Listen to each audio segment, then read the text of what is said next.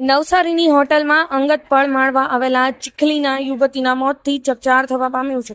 23 સપ્ટેમ્બરના રોજ ચીખલીની યુવતી અને ભાર્ગવ પટેલ નામનો યુવક જે ગાંધી ફાટક પાસે આવેલ હેપી સ્ટે નામની હોટલ સવારથી જ રોકાયા હતા. ત્યાં બંનેએ શારીરિક સંબંધ બાંધ્યું હતું, જે બાદ યુવતીને રક્તસ્રાવ ચાલુ થયો હતો. સતત 2 કલાક સુધીમાં વધારે લોહી નીકળી જતા છેવટે યુવતીને સારવાર માટે નવસારી સિવિલ હોસ્પિટલ ખાતે લઈ જવામાં આવ્યા હતા, જ્યાં સારવાર કરતા ડોક્ટરે યુવતીને મૃત ઘોષિત કર્યું હતું. જેની જાણ થતાં યુવતીના પરિવારજનો સિવિલ હોસ્પિટલ પહોંચ્યા હતા, જે બાદ યુવતીના પિતાએ ફરિયાદ આપી યોગ્ય તપાસની માંગ કરી હતી. જે બાદ પોલીસે આ મામલો ભાર્ગવ પટેલ નામના યુવકની ધરપકડ કરી આગળની કાર્યવાહી હાથ ધરી છે. બ્યુરો રિપોર્ટ, સત્ય અહિંસા ન્યૂઝ, નવસારી. ગઈકાલે નવસારીના જલાલપુર પોલીસ સ્ટેશન હેઠળ એક બીએનએસની કલમ 105 અને 238 મુજબનો ગુનો નોંધવામાં આવ્યો છે.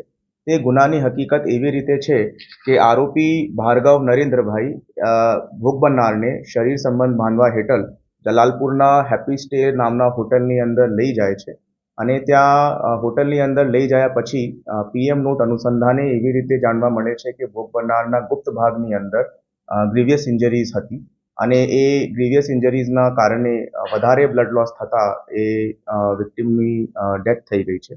આ ઘટનાક્રમની અનુસંધાને ઇન્વેસ્ટિગેશનમાં આ હકીકત જાણવા મળી છે કે ભાઈ શરીર સંબંધ બાંધતા સમયે વિક્ટિમને જો ઇન્જરીઝ થઈ હતી તે ઇન્જરીઝને ધ્યાને ના લેતા અક્યુઝ દ્વારા ત્યાં હોટલની અંદર જ ઘણું વધારે સમય વ્યતીત કરવામાં આવ્યું છે. એ પોતાના મોબાઈલ ઉપર ગૂગલ ઉપર સર્ચ કરે છે કે ભાઈ કેવી રીતે આ સિચ્યુએશનથી બહાર નીકળી શકાય છે.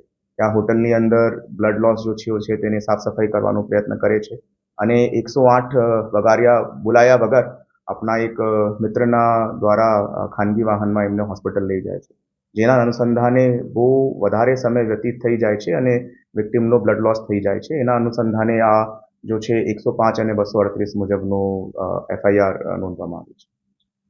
પ્રાઇમરી સ્ટેજમાં જો યુવાને તત્પરતા દાખવી હોય તો મેડિકલ ટીમને જો જાણ કરી હોત તો આપણે કે સિવિલને તો સૌ શક્યતા હતી કે બચી જાય. we have taken the opinion of the medical doctor and there is a possibility, yes, in case of આમાં બહુ વધારે બ્લડ લોસ થઈ ગયેલો હતો અને અગર તાત્કાલિક વિક્ટિમને ફર્સ્ટ એડ રીતે આઈવી ફ્લુઇડ્સ કે બ્લડ ચડાવવામાં આવ્યું હોત તો there was a very high possibility that the victim could have been saved.